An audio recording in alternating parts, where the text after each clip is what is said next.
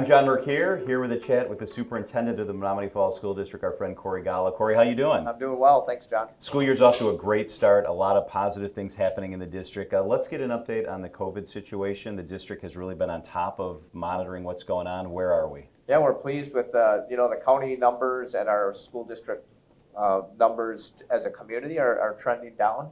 COVID's still a challenge for our students. As you know, a lot of them don't have access to the vaccine yet. Working with our families, make sure they're keeping their children home if they have symptoms. Recommending masks, especially in those younger levels, that's very helpful. And just that communication. It's been a great partnership with our families. We feel like maybe we're seeing the light at the end of the tunnel with vaccines access maybe opening up here very soon. So we just want to stay vigilant here all the way through. I want to ask you about that emergency use authorization for our littlest kids, some of our most vulnerable. Looks like it's here, and they're going to begin eventually to get vaccinated. Could that be a game changer in the buildings in the district? Absolutely. I mean, at that point, everyone has the choice to be able to protect their children, protect themselves, at least for school age and above. So that's going to be helpful and just allow us to continue this effort to get back to normal. Is it good to have most kids back in person in the district? That must be a load lifted from your teachers, from staff, and for families. Absolutely. It's just, I mean, we love having them here. That's why Yeah. we do that. You just can't replicate that energy of having all students in the buildings and in the classrooms. And it's so good for them, so good for kids to be with their friends and be at school, engaged in their activities. And that's important right now. I know the district focuses a lot on mental health, and it's an important part of this equation, any school year, even pre-pandemic. But mental health, can you talk about the importance of monitoring and having resources available to take care of mental health? Yeah, we have great teams in place with our counselors, our school psychologists, our school psychs and social workers. And it's very important. And everything you read nationally, it certainly manifests itself here as we do see more students struggling with anxiety, depression, things like that. And everyone has compassion for that. We also have to help people understand that the way that looks with kids is sometimes behavior issues we have to work with. Another challenge we're faced with is 20% of our families were virtual, and we have some new families to our district. And in some cases, especially here like at Ben Franklin, we have students who have not been in a school, maybe at that first grade level. So you're just getting them up to speed on getting oriented to the school. What about your staff? I know it's been a rough couple of years for staff, and they've come through like troopers and they've adjusted, but mental health resources for staff, I know you monitor how they're doing as well. Yeah, you think about it, it's hard to believe, but this is our third consecutive school year impacted by COVID. And what our teachers and our staff have done. They've really moved mountains to be there for kids, but it's been, they're exhausted. I think that's probably the biggest word. And as you look around, you see anxiousness everywhere among adults across the country, and we certainly have that here also. So it's important we want to continue taking care of our staff. We're talking to Menominee Falls School Superintendent Corey Golla. I want to ask you about a situation where staff and students come together, and that's at the school board. One of the cool things is that there are school board members that are students. Tell us how that works and why that's important. Yeah, I love that our school board does that. It's very important to our president, Faith Vanderhorst. This year we have Sahil Shah and Ava Sardina, our two school board members, just great students, outstanding scholars involved in a lot of things. And they bring that student perspective to the board table.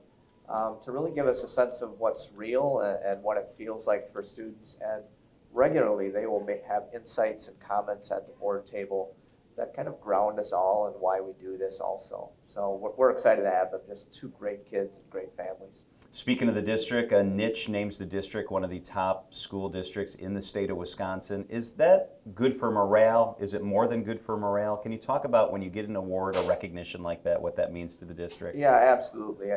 We aim to be a school district of choice. We're proud of what we do, but this is just another way of celebrating, thanking our employees, celebrating with our community that we have great schools. So anytime we get something like that, we want to make a big deal out of it. And that's also, they're looking at measures that matter to us, advanced placement, student engagement, and survey data, things like that. So it's not a perfect measure, but we love the recognition, and when we learn more about ourselves when we look at it. You know what I love about that survey? It's not subjective. It's apples to apples with different districts. They have a lot of different metrics and data that they use. How good is that for your staff when you can say, blast out to everybody, look, your hard work's been recognized? Yeah, I think it's good. I just think we try not to get into rankings and numbers and all that, but you can't help looking at that. But the reality is what we see is, we're in the conversation with some outstanding school districts, and that's exciting for us. So we like that. We continue our conversation with Superintendent Corey Golla. Let's talk about AP Scholars, because I'm so proud of the district every year when I see these numbers. What does it mean to be an AP Scholar, and how did the district do? Yeah, it was our best year ever for AP Wow. Scholars. An AP Scholar is a student who takes 3 AP courses and gets a 3 or better on each of those. So to have our students engaged in that level of rigor, sticking with it through everything we dealt with last year and hitting that all-time high is really just a remarkable example of just perseverance and how serious our students take their education.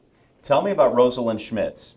She's a second grader who's a published author. I saw you got to meet her. Tell me how cool that is. Yeah, those are the moments that sustain you in this job, is that to come over here for a book signing.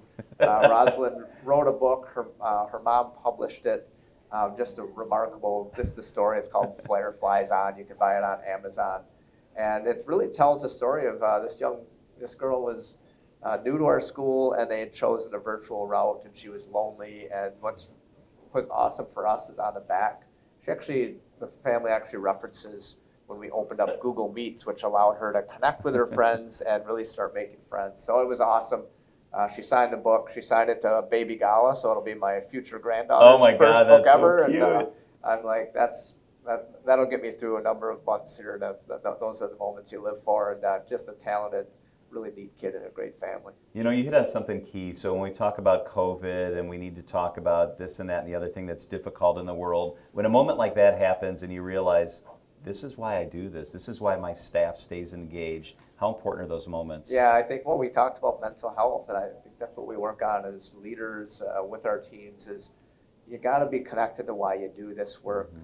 It matters for kids. Regardless of what's going on around us, our kids love to be in school. They love to be with their friends.